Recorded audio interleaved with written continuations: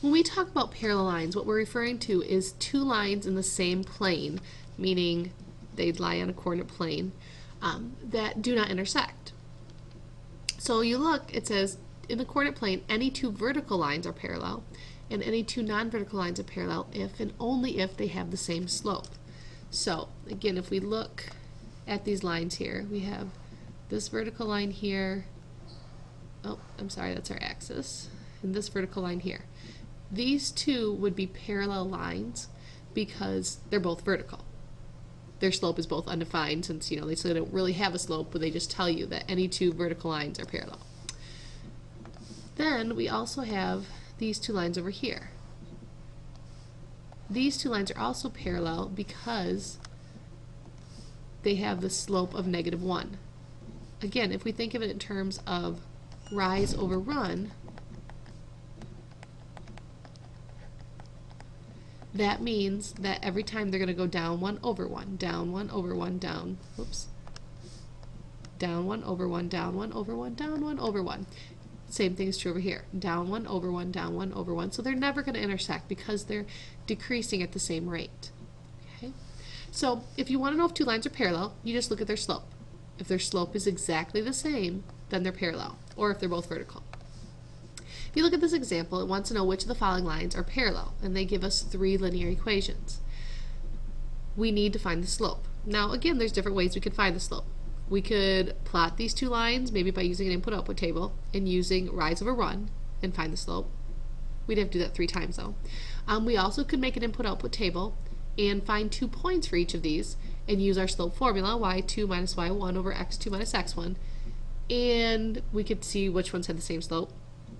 Or, instead of finding points, we could just put them in slope-intercept form, because remember, slope-intercept form gives us the slope. Okay, so let's take the first one here. 3y equals -9x minus 5. If we solve them all for y, again, slope-intercept form is y equals mx plus b.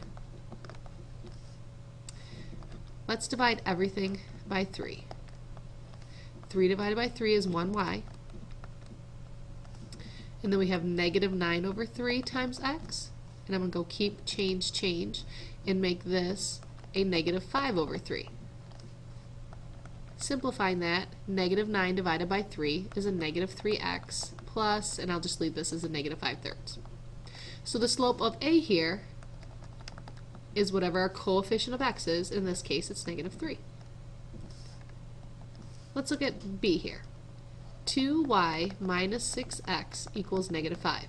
Again, solving for y, I'm going to start by getting rid of the 6x. Since it's minus 6x, or you think of it as -6x, we're going to go positive 6x to each side. Oops.